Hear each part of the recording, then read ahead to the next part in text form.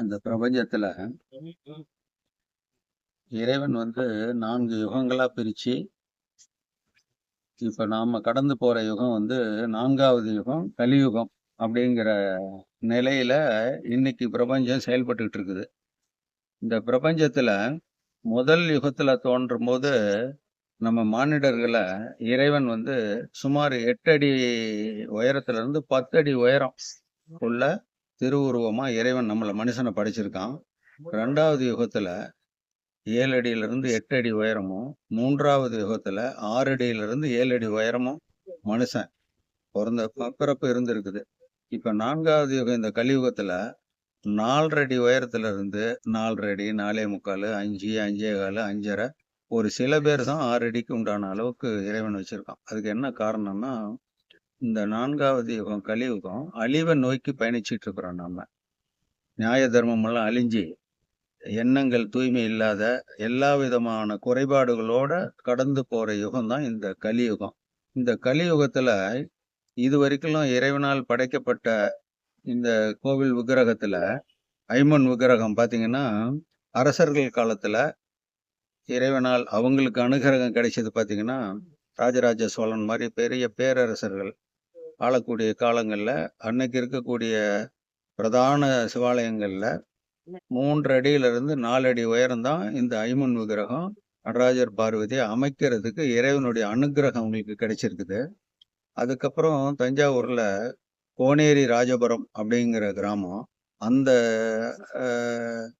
இடத்த அரசாட்சி பண்ணுன ராணி, அந்த ராணிக்கு அவங்க ஆட்சி பண்ணக்கூடிய காலத்துல சுமார் 7.25 அடியிலிருந்து 8 அடி உயரம் இந்த நடராஜர் பார்வதி செய்யற ஒரு பெரும் பாக்கியம் கிடைச்சிருக்குது. அதுதான் இன்னைக்கு பிரபஞ்சத்திலேயே போஜ விக்கிரகங்கள் முழுசும் சாலிடா அதுக்கு உண்டான ஆகமத்துக்குட்பட்டு அதுக்கு உண்டான அளவு பரிமாணங்களோட அதுக்கு உண்டான உலோகங்களை அந்த ரேஷியோ படி அமைக்கிற ஒரு பாக்கியம் அது கிடைச்சது.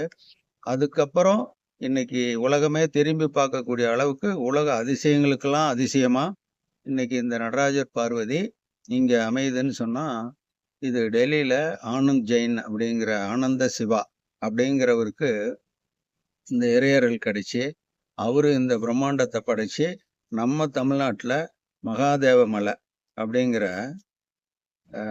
குடியாத்தத்துல இருந்து காட்பாடி போற வழியில அந்த மகாதேவ மலை இருக்குது. அதுல மகானந்த சித்தர்னு இந்த விபூதி சித்தர் கேள்விப்பட்டிருப்பீங்க. அவர் அன்ன ஆகாரம் எல்லாமே கிட்டத்தட்ட இப்போ 31 வருஷம் ஆச்சு. அவர் உணவு உட்கொண்டு ஜலம் தண்ணி எடுத்துக்கிட்டது.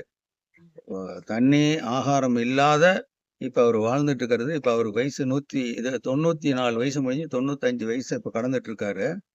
அந்த மகானந்தர் சித்தர் அந்த மகா தேவ மலையில தான் இந்த நடராஜர் பார்வதி போய் அங்க பிரவேசம் ஆகுறாங்க. இதனுடைய அளவுகள் பார்த்தீங்கன்னா சுமார் 13.25 அடி பீடத்திலிருந்து சுடர் வரைக்கும். இதுக்கு கீழே 2.25 அடி கல்கார பீடம். மொத்தம் 16 அடி உயரம். இந்த நடராஜர் பார்வதி இதுக்கு இவங்க சமேதரா இருக்கக்கூடிய அளவும், இதுக்கு முறையான விநாயகர், பாலமுருகன், காமதேனு, பெருமாள் 2 தாயாரு, காரைக்கால் அம்மையாரு, வியாக்கரபாதம், பதஞ்சலி முனிவருங்கிற நடராஜருக்கு பிரதானமான 2 முனிவர்கள், 63 நாயன்மார்கள்ல பிரதானமா இருக்கக்கூடிய அப்பர், சுந்தரர், மாணிக்கவாசகர், திருநாவுக்கரசர், அதே மாதிரி நந்தி, தீபலட்சுமி என ஒரு பெரிய இந்திரலோக சபையே அமையிற அளவுக்கு இங்க அமைஞ்சது. இது மேலும் உலக அதிசயத்துல இன்னொரு அதிசயமா திகழுது. இந்த சிலை சேர்த்துக்கு தோராயமா 6ல இருந்து 7 வருஷம் தேவைப்படும். ஆனா இங்க நடந்தது பெரிய மிராக்கிளா நடந்தது. இயற்கை சீற்றத்துல நாள் ஒண்ணுக்கும் மழையினாலேயும் இயற்கை சீற்றத்தினாலையும், அதாவது வெளிச்சங்கள் இல்லாம இருந்தா கூட சுமார் 20 மாசத்திலேயே இந்த பிரம்மாண்டமான அமைப்பு இங்க உருவாக்கி இருக்கிறது அது இன்னும் கூடுதலா சிறப்பான ஒரு விஷயமா தெரியுது.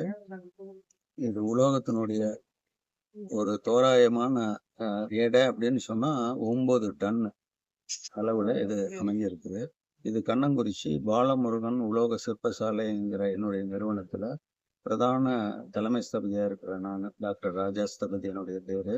என் கூட சுமார் ஒரு 27 சிற்பிகள் முறைப்படி குருகுலத்துல பாடசாலையில முறையா படிச்சவங்க எல்லாம் எனக்கு உறுதுணையா இருந்து இது அமைக்கப்பட்டது இன்னும் கூடுதல் சிறப்பு.